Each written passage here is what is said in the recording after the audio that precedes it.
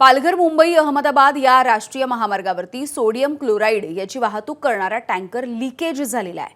डहाणू इथल्या चारोटी नाक्याजवळ टँकरमधून सध्या या गॅसची गळती होतीये। अग्निशमन दलाच्या 2 गाड्या या सध्या घटनास्थळी दाखल झाल्यात। पालघर पोलीस देखील घटनास्थळी पोहोचलेले आहेत। गॅस गळतीमुळे श्वसनाला त्रास होतोय आणि शरीराला खाज येत असल्याची माहिती आहे। चारोटी नाक्यावरच्या गुजरातवरून मुंबईकडे येणारा सर्व्हिस रोड या सगळ्यामुळे वाहतुकीसाठी सध्या बंद ठेवण्यात आलाय।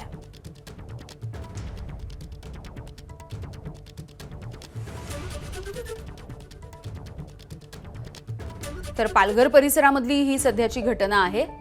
डहाणूच्या चारोटी या ठिकाणी टँकरमधून सध्या गॅसची गळती होतीये।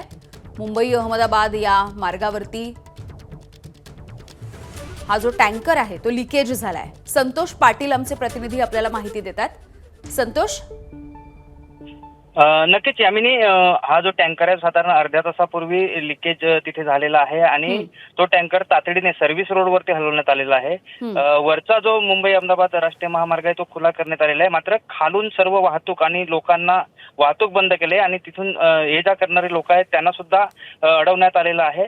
आणि सध्या अग्निशमन दलाच्या 2 गाड्या घटनास्थळी पोहोचलेल्या आहेत। हा जो लिकेज आहे तो थांबवण्याचा प्रयत्न आता त्यांच्याकडून सुरू आहे। यामिनी, अगदी संतोष, धन्यवाद माहितीसाठी।